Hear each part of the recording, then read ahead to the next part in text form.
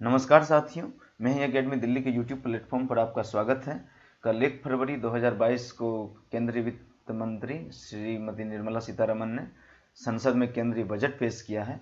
आइए हम बजट के बारे में बात करते हैं। लास्ट वीडियो में हमने आर्थिक सर्वेक्षण के बारे में बताया था, जो वित्तीय वर्ष का लेखा जोखा होता है, जबकि केंद्रीय बजट आगामी आने वाले भविष्य का लेखा जोखा होता है कि अगले आने वाले साल में हम क्या कुछ नया देखेंगे। अर्थव्यवस्था के मोर्चे पर देश किस तरह काम करेगा, किस तरह से आगे बढ़ेगा। ये चर्चा में क्यों है? आप जानते ही हैं कि केंद्रीय वित्त मंत्री निर्मला सीतारमण ने संसद में केंद्रीय बजट 2022-2023 पेश किया है। दोस्तों, यह बजट ऐसे समय में पेश किया गया है जब भारत में कोविड महामारी से देश उबर रहा है और देश में सैकड़ों युवा लगातार बेरोजगारी का विरोध कर रहे हैं। अभी एनटीपीसी रिजल्ट को देखा आपने? एनटीपीसी रिजल्ट को देख करके कि रेलवे के विरोध में लोग बच्चे सड़क पर उतर गए। देश के अलग अलग हिस्सों में विरोध प्रदर्शन हो रहा है। बजट से एक दिन पहले यानी संसद में आर्थिक सर्वेक्षण पेश किया गया था। आप जानते ही हैं कि आर्थिक सर्वेक्षण 2021-2022 का होगा, बीते हुए वर्षों का लेखा जोखा। इसमें सरकार के राजकोषीय उपलब्धता, महामारी के बाद की रिकवरी, मुद्रास्फीति, महंगाई, ऊर्जा की कीमतों और वैश्विक अनिश्चितताओं समेत कई पहलुओं का विश्लेषण किया गया है, उस पर चर्चा की गई है। केंद्रीय वित्त मंत्री ने कोट किया है कि अर्थव्यवस्था की तेज वापसी और रिकवरी हमारे देश के मजबूत लचीलेपन को दिखाती है। आइए विभिन्न क्षेत्रानुसार बजट में क्या क्या प्रावधान किए गए हैं उसके बारे में जानते हैं। पहला, कृषि क्षेत्र। सरकार एमएसपी संचालन हेतु गेहूं और धान की खरीद के लिए 2.37 लाख करोड़ रुपए का भुगतान करेगी। बाजरे को अंतर्राष्ट्रीय वर्ष के रूप में घोषित किया गया है इस वित्तीय वर्ष में। तो वित्त वर्ष 2022-23 में अंतर्राष्ट्रीय वर्ष के रूप में बाजरे को घोषित किया गया है। रेलवे छोटे किसान और एमएसएमई सेक्टर के लिए नए उत्पाद विकसित करेगा। ठीक है। आयात कम, आप किसान रेल की बात पिछले बजट में हुई थी।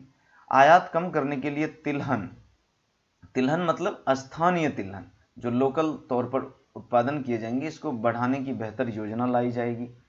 किसान ड्रोन के जरिए फसल मूल्यांकन, उसका भूमि रिकॉर्ड किया जाएगा। कीटनाशकों के छिड़काव द्वारा कृषि तकनीक को बढ़ाया जाएगा, इसका उपयोग बढ़ाया जाएगा। केन बेतवा नदी जोड़ो परियोजना घोषित की गई है। इसके तहत 44,605 करोड़ रुपए खर्च किए जाएंगे। गंगा कॉरिडोर के किनारे, आप जानते ही हैं कि गंगा मुक्तिदायिनी नदी है, जीवनदायिनी नदी है उत्तर भारत के लिए। तो गंगा कॉरिडोर के दोनों तरफ प्राकृतिक खेती को बढ़ावा दिया जाएगा ताकि देश भर में रसायन मुक्त प्राकृतिक खेती हो सके। ठीक है। इससे हमारे स्वास्थ्य व्यवस्था पर भी बोझ कम पड़ेगा। कृषि और ग्रामीण उद्यमों से जुड़े स्टार्टअप को वित्त पोषित करने के लिए नाबार्ड एक बैंक है। नाबार्ड और सिडबी अक्सर चर्चा में रहता है। National agricultural bank for rural development के माध्यम से सह निवेश मॉडल के तहत एक फंड की सुविधा दी जाएगी।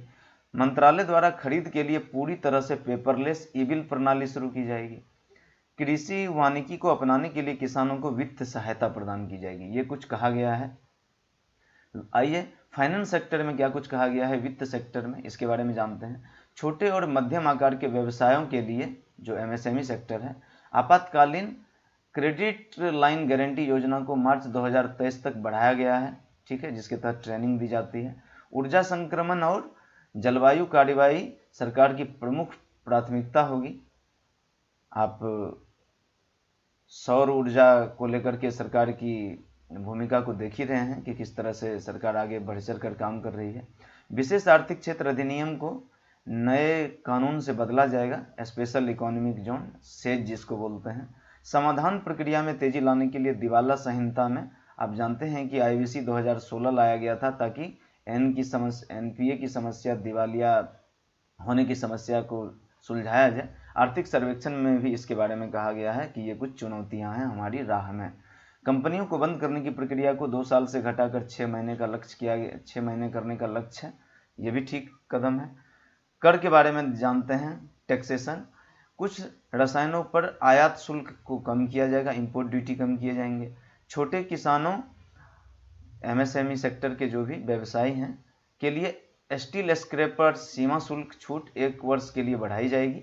स्टेनलेस स्टील फ्लैट उत्पादों, उच्च स्टील, हाई स्पीड स्टील जिसको बोलते हैं, गैर मिश्रित ईंधन पर अक्टूबर 2022 से 2 रुपये प्रति लीटर का अतिरिक्त शुल्क लगाया जाएगा। ठीक है, सरकार इथेनॉल ब्लेंडेड पेट्रोल की बात करती है। घाटा और व्यय, डेफिसिट एंड एक्सपेंडिचर के बारे में बात करते हैं कि बजट क्या कुछ कहता है। तो वित्त वर्ष 25-26 तक सकल घरेलू उत्पाद यानी कि ग्रॉस डोमेस्टिक प्रोडक्ट के 4.5% के राजकोषीय घाटे का प्रस्ताव है, जो कि कोरोना महामारी के हम तीसरे साल में हैं, तो इसको देखते हुए ये सकारात्मक कदम है। वित्तीय वर्ष 2022-23 में जीडीपी का 6.4% राजकोषीय घाटे का अनुमान है और 2021-22 के लिए संशोधित राजकोषीय घाटा 6.9% है। 2022-23 में कुल खर्च $39.45 ट्रिलियन खर्च करने की बात है। ठीक है, ट्रिलियन, सॉरी डॉलर नहीं, ट्रिलियन।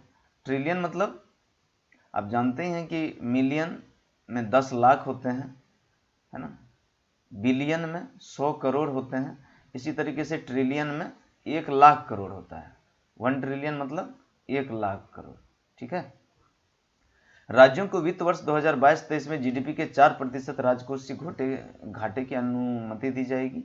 वित्तीय वर्ष 2022-23 में पूंजी निवेश खर्च के लिए राज्यों को 1 ट्रिलियन की वित्तीय सहायता करने की योजना है। आइए डिजिटल मुद्रा के बारे में बात करते हैं। अक्सर डिजिटल करेंसी के रूप में फेसबुक की लिब्रा या क्रिप्टो करेंसी चर्चा का विषय रहती है। तो वित्त वर्ष 2022-2023 से ब्लॉकचेन टेक्निक का उपयोग करके डिजिटल रुपया लॉन्च करने की तैयारी है। वर्चुअल डिजिटल संपत्तियों के कराधान के लिए योजना शुरू की जाएगी, ये कुछ कहा गया है। वर्चुअल डिजिटल संपत्तियों की बिक्री से होने वाले नुकसान की भरपाई अन्य आय से नहीं की जा सकेगी, ये व्यवस्था की गई है। वर्चुअल डिजिटल संपत्ति से होने वाली आय पर 30% कर लगाया जाएगा, तो 30% टैक्स का प्रावधान है। रक्षा क्षेत्र के बारे में बात करते हैं। रक्षा क्षेत्र में आयात को कम करने और आत्मनिर्भरता बढ़ाने के लिए सरकार प्रतिबद्ध है ना। मेक इन इंडिया प्रोजेक्ट के तहत इसके तहत काम हो रहा है। रक्षा क्षेत्र के लिए पूंजी का 68% स्थानीय उद्योग के लिए निर्धारित किया जाएगा। अब संरचना और मैन्युफैक्चरिंग के बारे में देख लेते हैं कि इस सेक्टर में क्या कुछ है। तो 5G स्पेक्ट्रम की नीलामी 2022 में होगी। डिजिटल इंफ्रास्ट्रक्चर को बढ़ावा देने के लिए डैश स्टैक ई पोर्टल लॉन्च किया जाएगा, तो ये ध्यान में रखिए, dash stack portal. Air India के स्वामित्व का रणनीतिक हस्तांतरण अब पूरा हो गया। आप जानते ही हैं कि टाटा को एयर इंडिया सौंप दिया गया है। फाइनेंशियल ईयर 2023 वित्तीय वर्ष 2022-23 में 4 मल्टी मॉडल राष्ट्रीय उद्यान अनुबंध प्रदान किए जाएंगे। एक्सप्रेस वे के लिए पीएम गतिशक्ति, जिसका वित्त मंत्री ने जिक्र भी किया है कि पीएम गतिशक्ति मास्टर प्लान अगले वित्तीय वर्ष में तैयार किया जाएगा।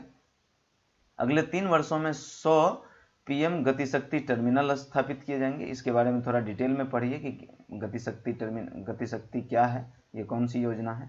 पीएम गतिशक्ति योजना अर्थव्यवस्था को आगे बढ़ाएगी और युवाओं के लिए अधिक रोजगार और अवसर पैदा करेगी।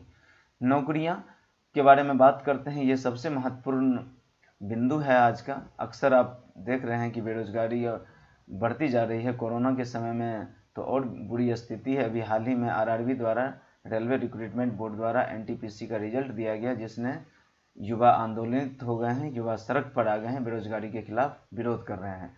आपातकालीन क्रेडिट लाइन गारंटी योजना को बढ़ा दी गई है मार्च 2023 तक और अगले 5 वर्षों में 60 लाख नौकरियां देने का प्रयास है केवल इस क्षेत्र से। कौशल और आजीविका के लिए डिजिटल इकोसिस्टम लॉन्च किया जाएगा। इसका उद्देश्य ऑनलाइन प्रशिक्षण के माध्यम से नागरिकों को कौशल प्रदान करना है। ठीक है, प्रधानमंत्री कौशल विकास योजना है ना, नेशनल स्किल डेवलपमेंट कॉरपोरेशन, इसी के तहत एक कदम है।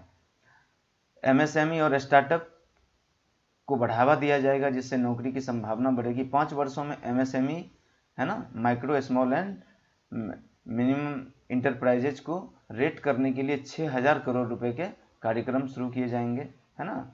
Micro small and medium enterprises, उद्यम, ई श्रम, एनसीएस और असीम पोर्टल जैसे एमएसएमई को आपस में जोड़ा जाएगा और उनका दायरा बढ़ाया जाएगा। ड्रोन शक्ति के लिए स्टार्टअप को बढ़ावा दिया जाएगा, निवेश बढ़ाया जाएगा। इसमें निवेश आकर्षित करने के लिए मदद सुझाने हेतु विशेषज्ञ समिति का गठन किया जाएगा, ये बजट में कहा गया है। स्टार्टअप के लिए मौजूदा कर लाभ जो टैक्स है, जिनके तहत लगातार 3 वर्षों के लिए करों में छूट की पेशकश की गई थी, उसको 1 वर्ष तक और बढ़ाया जाएगा। ठीक है, तो ये कुछ बेहतर है। BS4 को छोड़ करके भारत ने सीधे BS6 को अपनाया है। केंद्रीय सड़क परिवहन मंत्री नितिन गडकरी काफ़ी अग्रेसिव हैं प्रदूषण के मुद्दे पर। तो बिजली के वाहन को लेकर के सरकार की क्या योजनाएं हैं, तो ऑटोमोबाइल के लिए वाहन के लिए EV इलेक्ट्रोवोल्टेक चार्जिंग स्टेशनों को अनुमति देने के लिए बैटरी स्वैपिंग नीति तैयार की जाएगी। EV पारिस्थितिकी तंत्र इकोसिस्टम की दक्षता में सुधार के उद्देश्य से बैटरी और ऊर्जा के लिए टिकाऊ और नवोन्मेषी व्यवसाय मॉडल बनाने के लिए निजी क्षेत्र को प्रोत्साहित किया जाएगा। जैसे पेट्रोल पंप है उसी तर्ज पर चार्जिंग पॉइंट स्थापित किए जाएंगे। पर्यावरण के मुद्दे पर केंद्रीय बजट क्या कहता है, तो आप जानते ही हैं कि पेरिस कॉन्फ्रेंस 2015 काफ़ी सफल रहा था। तो जलवायु और नेट जीरो क्या कार्यक्रम है, तो ऊर्जा संक्रमण और जलवायु पर कार्यवाही सरकार के लिए प्रमुख प्राथमिकता होगी। जलवायु परिवर्तन के जोखिम दुनिया के लिए सबसे बड़ी बाहरी चुनौती है। धन का उपयोग उन परियोजनाओं के लिए किया जाएगा जो अर्थव्यवस्था में कार्बन इंटेंसिटी को कम करने में मदद करेगी। वित्त वर्ष 2022-23 में सरकार के उधार कार्यक्रम के हिस्से के रूप में ग्रीन इंफ्रा को फंड करने के लिए सॉवरेन ग्रीन बॉन्ड लॉन्च किया जाएगा। ठीक है, तो इसको भी ध्यान रखिए, ग्रीन इंफ्रा फंड। उच्च दक्षता वाले सौर मॉड्यूल के निर्माण के लिए PLI योजना के तहत 19,500 करोड़ रुपए का अतिरिक्त आवंटन प्रदान किया गया है। इस बजट का मेट्रो रेल से जुड़े मानकीकरण पर प्रभाव पड़ेगा। ठीक है, नल से जल योजना से पूंजीगत व्यय और ग्रामीण विकास पर फोकस किया गया है। रूरल डेवलपमेंट पर भी ध्यान है। डिजिटल मुद्रा के विस्तार से सरकार के डिजिटल समावेशन एजेंडे को बढ़ावा मिलेगा। PM गति शक्ति योजना और अन्य बुनियादी कार्यक्रमों के तहत राजमार्ग नेटवर्क के विस्तार और नए एक्सप्रेसवे के निर्माण से मेट्रो शहरों के आसपास के छोटे शहरों को अधिक कुशल तरीके से जोड़ने में मदद मिलने की संभावना है। बैटरी स्वैपिंग नीति से EV के तहत इलेक्ट्रोवोल्टेइक सेल के तहत के बुनियादी ढांचे के विस्तार और इसको अधिक व्यवहार्य बनाने में मदद मिलेगी। ठीक है, आइए और इसका कुछ ज़्यादा प्रभाव देखते हैं, क्या प्रभाव पड़ेगा इन सब योजनाओं का। तो PLI योजना के तहत 2030 तक 280 गीगावाट सौर क्षमता सोलर कैपेसिटी प्राप्त करने के लक्ष्य को प्राप्त करने में हमें मदद मिलेगी। पूंजीगत व्यय में वृद्धि करने से सरकार का मानना है कि निजी निवेश को समर्थन देने के लिए सार्वजनिक निवेश बढ़ाना आवश्यक होगा। ठीक है, जो बाजार में मांग पैदा करेगा और इससे इकोनॉमी बूस्ट होगी। पर्वतमाला परियोजना से पहाड़ी क्षेत्रों में परिवहन से जुड़ी भीड़भाड़ कम होगी और इससे पर्यटन को बढ़ावा मिलेगा। केंद्रीय बैंक की डिजिटल मुद्रा का विकास डिजिटल अर्थव्यवस्था को बढ़ावा देगा। जो सरकार ने ब्लॉकचेन टेक्निक को अपनाने की बात कही है और उस पर 30% टैक्सेशन की बात कही है। क्या कुछ चुनौतियां भी होंगी हमारे सामने, इसको देखते हैं। तो कोरोना महामारी के तीसरे साल में है हम लोग, लगातार इसका आक्रमण झेलना पड़ रहा है। अभी ओमिक्रॉन की समस्या है। तो कोविड महामारी के दौरान इसके बाद आर्थिक गतिविधियों को बढ़ावा दिया जाना, रोजगार के अवसर उपलब्ध कराना, कृषि आय को बढ़ावा देना। आप जानते ही हैं कि कृषि सेक्टर प्रभावित रहा कोरोना काल में भी, इसलिए भारतीय अर्थव्यवस्था को ज़्यादा खतरा नहीं हुआ। कच्चे तेल की लगातार कीमतें बढ़ रही हैं जो हमारे सामने चुनौती हैं, इसलिए हम ऊर्जा के दूसरे स्रोत पर स्थानांतरित हो रहे हैं। 5G टेक्निक से जुड़े स्पेक्ट्रों की कीमतों का निर्धारण करना चुनौती होगी क्योंकि महंगाई बढ़ती जा रही है, मुद्रास्फीति बढ़ती जा रही है। जलवायु परिवर्तन से जुड़े मुद्दे पर वित्त की उपलब्धता, ये भी चुनौती है कि उतने पैसे कहाँ से आएंगे। इस बजट में MSP नीतियाँ, मनरेगा, रक्षा क्षेत्र पर कोई विशेष चर्चा नहीं की गई है। तो ये हमारे लिए थोड़ी घबराहट की बात है कि आप जानते हैं कि भारत की 70% आबादी अभी भी गाँव में निवास करती है। तो फिर मनरेगा, MSP नीतियों पर हमने पूरे ठोस चर्चा नहीं की है। क्या कुछ निष्कर्ष निकल करके सामने आता है। इस बार का बजट मुख्यतः पूंजीगत व्यय के जरिए, मतलब सरकारी खर्च के जरिए, सार्वजनिक खर्च के जरिए आर्थिक गतिविधियों को बढ़ावा देने और आर्थिक रिकवरी पर केंद्रित दिखाई देता है, जो कि इस कोरोना काल में ठीक भी है। इससे मांग उत्पन्न होगा, रोजगार की संभावना बढ़ेगी। ऐसे में सभी क्षेत्रों को समान विकास के अवसर उपलब्ध कराने की जरूरत है।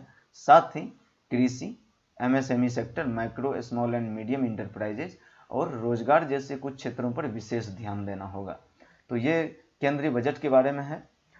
और इसके पहले हमने आर्थिक सर्वेक्षण का वीडियो भी अपलोड किया है, आप उसको देखिए। ये आपकी परीक्षा के दृष्टिकोण से बहुत ही महत्वपूर्ण है। BPSC का नया डेट अप्रैल में आ गया है। ठीक है, थैंक यू सो मच। हमारे चैनल को सब्सक्राइब कीजिए, शेयर कीजिए।